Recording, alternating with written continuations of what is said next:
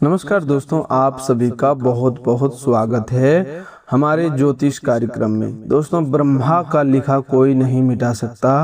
आज शाम 6:30 बजे के बाद आप जो चाहोगे वह सब कुछ मिलेगा। बस शर्त यह है कि इस ज्योतिष कार्यक्रम को शुरू से लेकर के अंत तक देखना, क्योंकि इनमें बताई गई महत्वपूर्ण बातों को ध्यान पूर्वक सुनने से आपके जीवन में अनेकों प्रकार की बाधाएं अपने आप हटने लगेंगे और भगवान ब्रह्मदेव की कृपा आपके ऊपर बरसने लगेंगे। आज शाम 6:30 बजे के बाद माता लक्ष्मी भी आपके ऊपर बहुत प्रसन्न है। स्वयं पंचमुखी हनुमान जी आपके लिए दुश्मन की एक एक चाल को पर्दाफाश करने वाले हैं। आज के इस ज्योतिष कार्यक्रम को किसी सामान्य राशिफल की तरह सुनकर आगे मत बढ़ जाइएगा।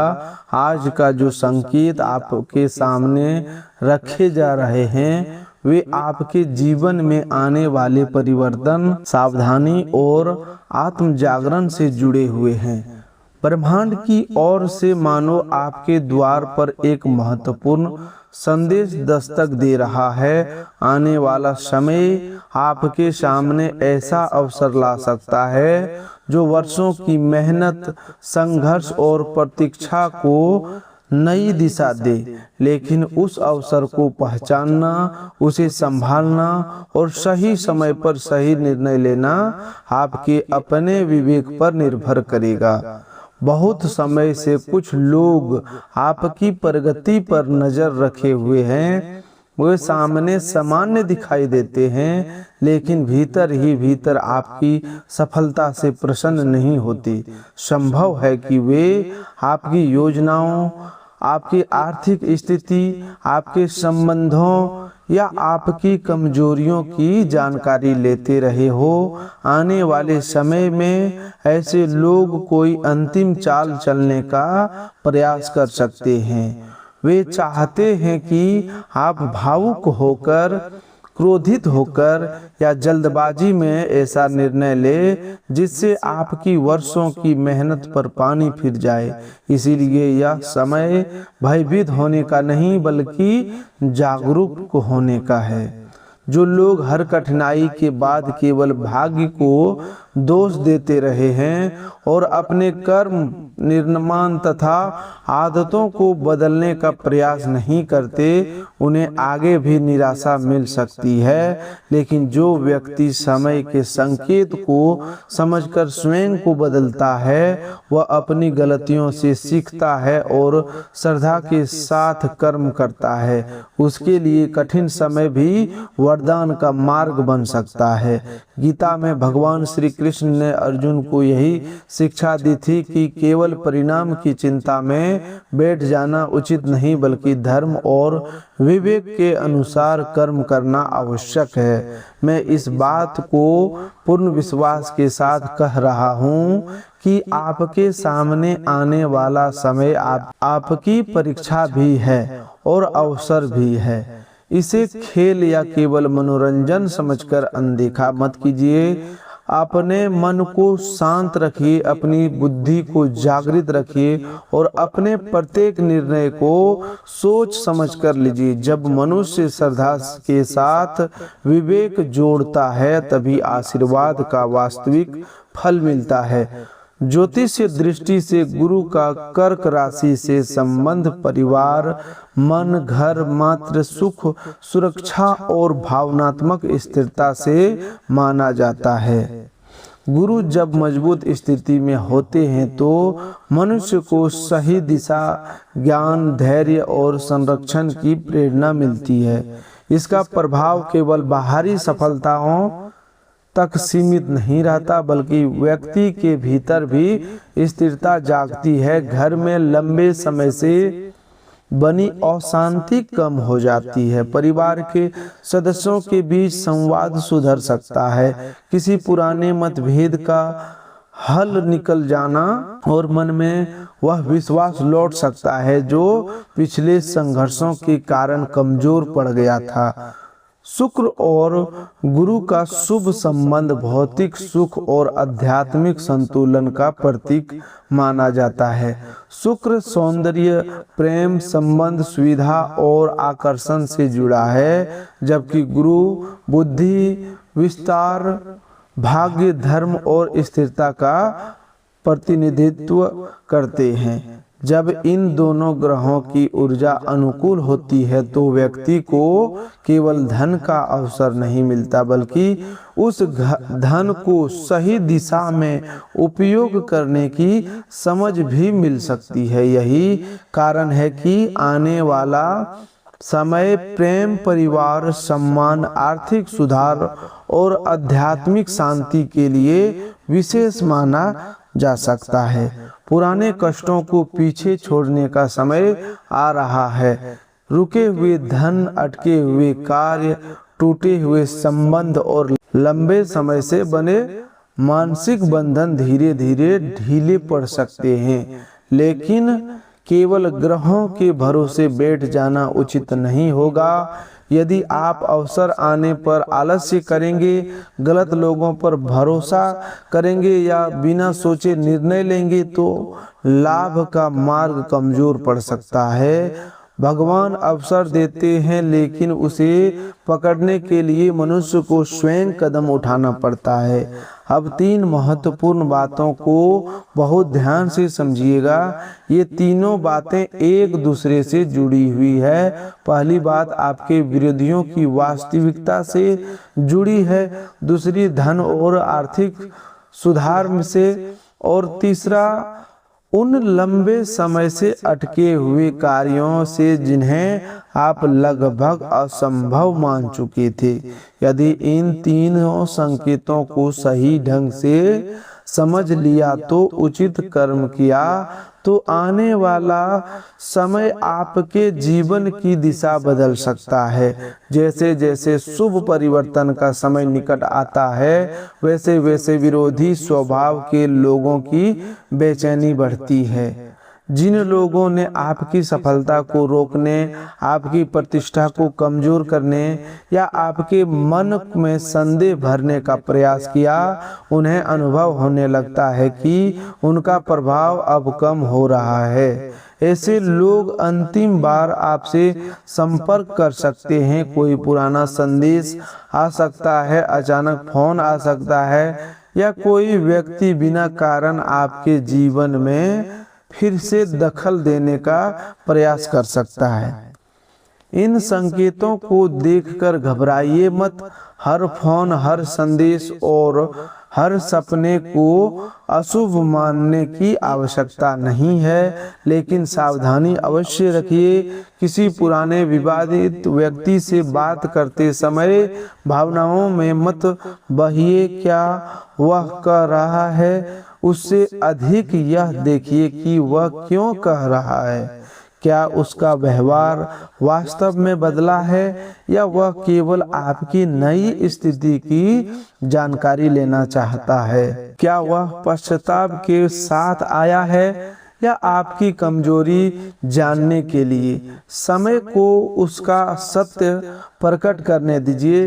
कभी कभी मन में पुराने लोगों के चेहरे बार बार आने लगते हैं। सपनों में भी किसी परिचित व्यक्ति का चेहरा दिखाई दे सकता है। इसका कारण केवल रहस्यमय शक्ति ही हो, यह आवश्यक नहीं। कई बार हमारा मन अधूरे संबंधों, पुराने भय और दबे हुए अनुभवों को सपनों के माध्यम से सामने लाता है। इसीलिए सपनों से डरने के बजाय उनका संदेश समझिए। यदि कोई चेहरा बार बार दिखाई देता है तो स्वयं से पूछिए कि उस व्यक्ति से जुड़ा कौन सा अनुभव अभी भी आपके मन में अधूरा है। घर के उत्तर पूर्वी भाग को परंपरागत वस्तु में पवित्र और शांत दिशा माना गया है। वहाँ गंदगी, अव्यवस्था या भारी सामान जमा हो तो उसे साफ करना अच्छा माना जाता है। यदि उस स्थान पर भारीपन महसूस हो तो घर को हवा लगाइए, साफ सफाई कीजिए। प्रकाश आने दीजिए और वहां कुछ समय शांत बैठकर भगवान का स्मरण कीजिए। हर आवाज, वस्तु गिरने या हवा के बदलाव को नकारात्मक शक्ति से जोड़ना आवश्यक नहीं, लेकिन घर की स्वच्छता और मानसिक शांति सदैव लाभकारी होता है। आने वाले समय में किसी विरोधी का वास्तविक चेहरा स्वयं सामने आ सकता है। संभव है कि उसका झूठ पकड़ा जाए, उसकी कोई योजना विफल हो जाए, उसके अपने व्यवहार से लोग उसकी नीयत समझने लगे। आपको उसके पतन की कामना कभी नहीं, भूलकर भी नहीं करनी चाहिए, नहीं या सोचनी चाहिए। केवल इतना करना है कि सच सामने आने पर भावुक होकर फिर उसी जाल में न फंसे। रामायण में विभीषण ने रावण को अनेक बार समझाया, लेकिन जब रावण ने अहंकार नहीं छोड़ा तब उसके कर्मों ने ही उसके विनाश का मार्ग बनाया। यही कर्म का नियम है। मनुष्य को अपने किए का परिणाम स्वयं भुगतना पड़ता है। आपका कार्य किसी से प्रतिशोध लेना नहीं, बल्कि अपनी रक्षा करना। सीमित बातचीत रखिए, निजी योजनाएं मत बताइए, आर्थिक जानकारी साझा मत कीजिए और किसी भी उकसावे का तुरंत उत्तर मत दीजिए। जब मनुष्य शांत रहता है तब विरोधी की आधी चाल वहीं विफल हो जाती है। आपकी बुद्धि जितनी स्थिर होगी उतनी ही किसी के लिए आपको भ्रमित करना कठिन होगा। अब धन से जुड़े संकेतों को समझिए। गुरु का मजबूत प्रभाव पारंपरिक रूप से आर्थिक स्थिरता, परिवार की स्थिति और पुराने अधिकारियों से जोड़ा जाता है। आने वाले समय में रुका हुआ भुगतान, पुराना निवेश, बकाया राशि, भूला हुआ कागज, संपत्ति का मामला या कोई पुराना व्यवसायिक संपर्क दोबारा सामने आ सकता है। संभव है कि आपको ऐसी जानकारी मिले जिसे आपने पहले महत्व नहीं दिया था, लेकिन वही आगे चलकर आर्थिक लाभ का माध्यम बने। कोई पुराना मित्र, रिश्तेदार या काम से जुड़ा व्यक्ति अचानक संपर्क कर सकता है। वह किसी अधूरे भुगतान, पुराने सौदे या नए अवसर की बात कर सकता है, लेकिन धन की संभावना सुनते ही उत्साह में कोई निर्णय मत लीजिए। पहले पूरी जानकारी ले, दस्तावेज देखें और लेन देन का स्पष्ट प्रमाण रखें। अवसर और धोखे के बीच अंतर पहचानना बहुत आवश्यक है। धन किसी पुराने मामले के निपटारे, रुकी हुई मजदूरी, लंबित भुगतान, निवेश के लाभ, संपत्ति के अधिकार, अतिरिक्त कार्य या किसी अप्रत्याशित स्रोत से आ सकता है, परंतु इसका अर्थ यह नहीं कि बिना प्रयास बैठे बैठे खजाना प्राप्त हो जाए। ज्योतिष संकेत देता है, लेकिन परिणाम आपके कर्म, तैयारी और निर्णयों पर निर्भर रहेगा। यदि धन प्राप्त हो तो उसका उपयोग समझदारी से कीजिए। पहले आवश्यक ऋण कम करें, परिवार की जरूरी आवश्यकताओं को पूरा करें और भविष्य के लिए कुछ बचत कर रखें। उसके बाद अपनी क्षमता के अनुसार दान करें। दान का अर्थ दिखावा नहीं होता। किसी जरूरतमंद की पढ़ाई में मदद, किसी गरीब परिवार के भोजन की व्यवस्था, किसी कन्या के विवाह में सहयोग या किसी विश्वसनीय सेवा कार्य में योगदान भी दान है। यह जरूरी नहीं कि धन का कोई निश्चित भाग न देने पर वह टिकेगा ही नहीं। दान भय या दबाव से नहीं, श्रद्धा और सामर्थ्य से करना चाहिए। गीता में वास्तविक दान वही कहा गया है जो उचित समय, उचित स्थान और योग्य व्यक्ति को बिना किसी दिखावे या बदले की अपेक्षा से दिया जाए। इसीलिए जितना संभव हो उतना ईमानदारी से दीजिए। अपने परिवार को संकट में डालकर दान करना बुद्धिमानी नहीं है। धन बहते हुए जल की तरह उसे सही दिशा मिले तो वह जीवन को सींचता है, लेकिन गलत दिशा में बह जाए तो नुकसान भी कर सकता है। इसीलिए जब आर्थिक अवसर आए तब लालच से बचिए। अचानक बड़ी खरीदारी, दिखावे, जोखिम भरे निवेश या बिना जांच किसी को उधार देने से बचें। धन प्राप्त को स्थिरता, शिक्षा, स्वास्थ्य, व्यवसाय और भविष्य के निर्माण में लगाना अधिक उचित होगा। पिछले वर्षों में आपने आर्थिक तंगी, खाली हाथ लौटने का अपमान और चिंता से भरी रातें देखी होगी। अब इन अनुभवों से सीख लेकर आगे बढ़ने का समय है। यदि आय बढ़े तो खर्च भी उसी गति से न बढ़ाएं। आर्थिक सुधार तभी अस्थायी होगा जब आप बचत और अनुशासन अपनाएंगे। माता लक्ष्मी की कृपा का सम्मान, धन की रक्षा, उचित उपयोग और ईमानदारी कमाई से होता है। अब उस तीसरी महत्वपूर्ण बात को समझिए जो लंबे समय से असंभव दिखाई देने वाले कार्यों से जुड़ी है। आपके जीवन में कोई अदालती मामला, पुराना विवाद, स्वास्थ्य संबंधी परेशानी, संपत्ति का झगड़ा, घर का तनाव या ऐसा काम हो सकता है जो वर्षों से अटका हुआ है। आने वाला समय इनमें हल की पहली दिशा दिख सकता है, लेकिन केवल चमत्कार की प्रतीक्षा करना उचित नहीं होगा।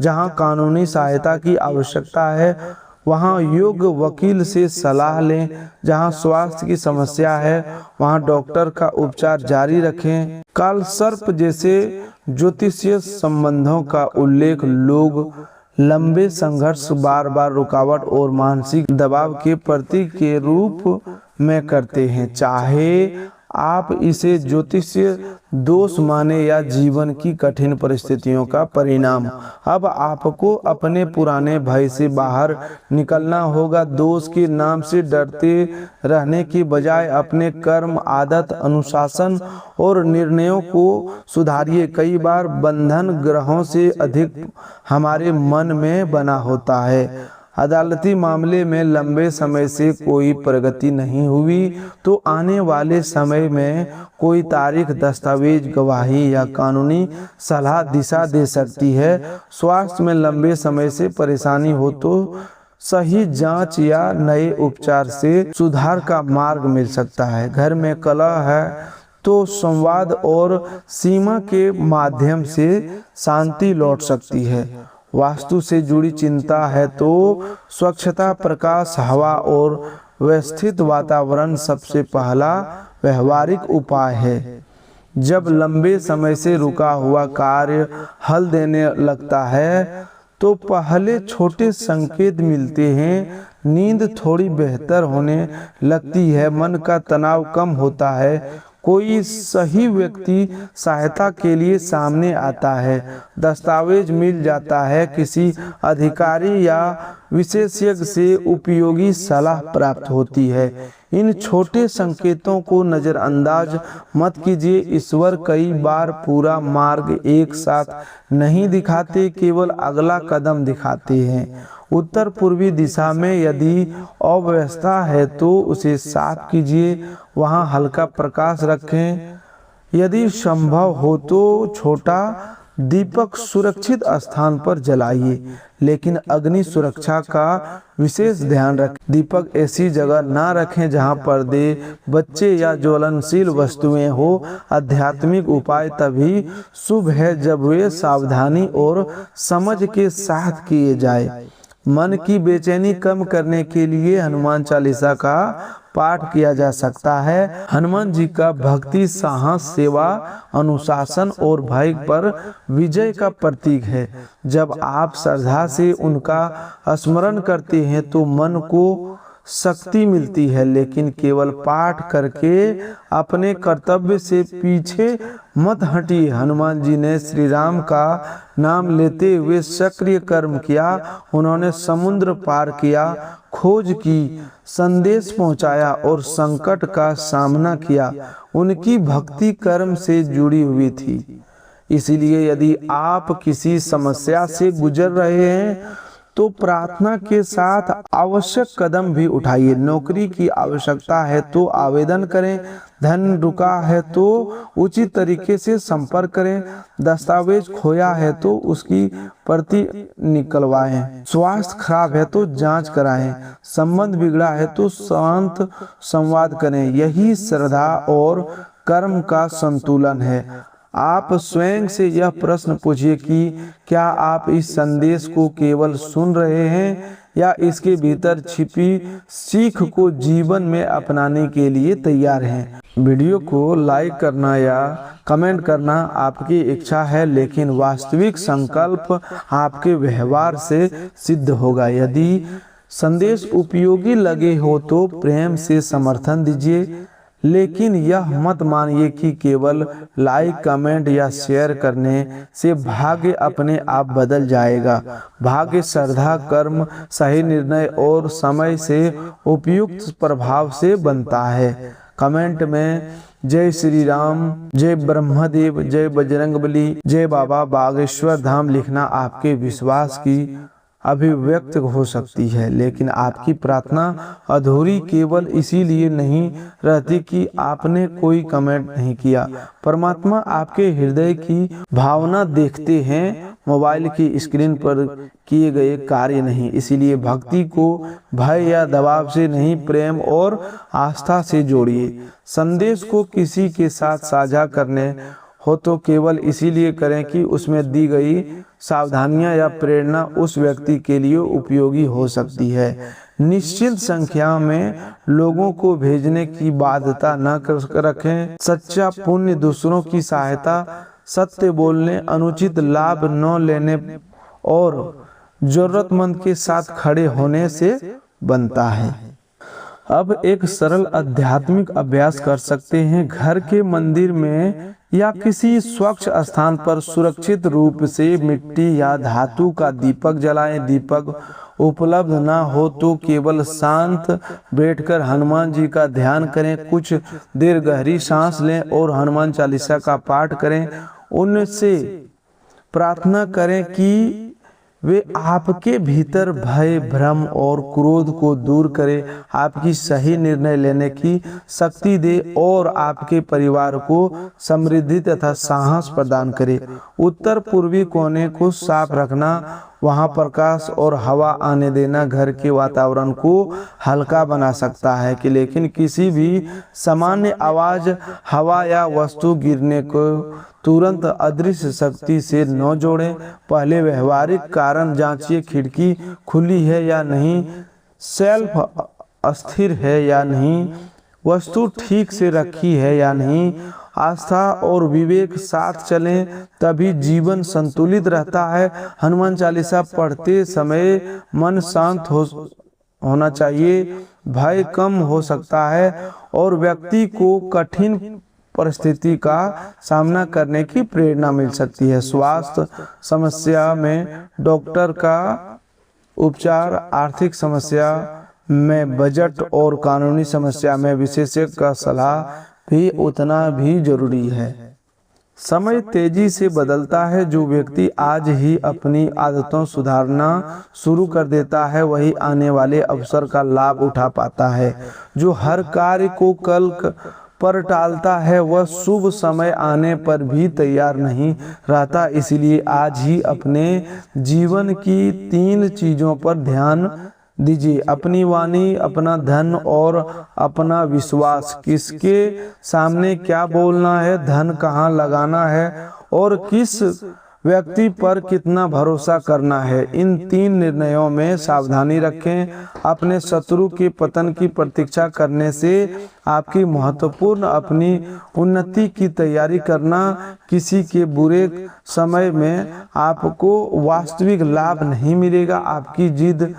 आपकी जीत तब होगी जब आप आर्थिक रूप से मजबूत होंगे, मानसिक रूप में शांत होंगे, परिवार में सम्मान पाएंगे और गलत लोगों के प्रभाव से बाहर निकलेंगे। यही सच्चा उत्थान है। यदि कोई पुराना विरोधी आपकी ओर लौटता है तो उसके शब्दों से अधिक कर्म देखिए। यदि वह अपनी गलती स्वीकार करता है, समय के साथ व्यवहार बदलता है तो आपकी सीमाओं का सम्मान करता है, तो परिस्थिति के अनुसार क्षमा पर विचार किया जा सकता है। लेकिन क्षमा का अर्थ फिर से अंधा विश्वास करना नहीं होता। रामायण में हमें करुणा के साथ मर्यादा रखने की शिक्षा देती है। दोस्तों, ब्रह्मदेव ने आपके भाग्य में जो शुभ फल लिख दिया है उसे कोई शत्रु, कोई बाधा और कोई नकारात्मक परिस्थिति मिटा नहीं सकती। लेकिन भाग्य में लिखे वरदान को सही समय पर प्राप्त करने के लिए मनुष्य को अपने कर्म, वाणी और विचारों को भी पवित्र बनाना पड़ता है। केवल इच्छा करने से जीवन नहीं बदलता। श्रद्धा के साथ किया गया छोटा सा शुभ कर्म भी बंद भाग्य के द्वार खोलने की शक्ति रखता है। इसीलिए इन उपायों को जरूर करें, विश्वास और शांति भावना से। सुबह ब्रह्मदेव और सूर्यदेव के स्मरण से जुड़ा है। प्रातः स्नान के बाद पूर्व दिशा की ओर मुख करके तांबे के पात्र में सूर्योदय को जल अर्पित करें। जल अर्पित करते समय मन ही मन ब्रह्मदेव का ध्यान करें और 11 बार बोलें ओम ब्रह्माय नमः। इसके बाद प्रार्थना करें, हे सृष्टि के रचिता ब्रह्मदेव, मेरे विचारों को शुद्ध कीजिए, मेरी बुद्धि को सही दिशा दीजिए और मेरे भाग्य में लिखे शुभ फल को प्राप्त करने के योग कर्म करने की शक्ति प्रदान कीजिए। यह उपाय आपके केवल बाहरी सफलता के लिए नहीं बल्कि सही निर्णय लेने की बुद्धि के लिए करना है। याद रखिए, ब्रह्मदेव नई सृष्टि के प्रतीक है। जब मनुष्य निराशा छोड़कर नई शुरुआत करता है, अपनी गलतियों को सुधारता है तो सत्य के मार्ग पर चलता है, तभी उसके जीवन में वास्तविक परिवर्तन आरंभ होता है। शुक्रवार की शाम घर के मुख्य द्वार और पूजा स्थान को स्वच्छ रखें। माता लक्ष्मी के सामने घी का एक दीपक जलाएं और दीपक में 2 लौंग रख दें। इसके बाद ओम श्री महालक्ष्माय नमः मंत्र का जप करें। तो दोस्तों, आज के लिए बस इतना ही। मिलते हैं एक और नई ज्योतिष कार्यक्रम में। तब तक के लिए धन्यवाद। आपका दिन शुभ हो, मंगलमय हो।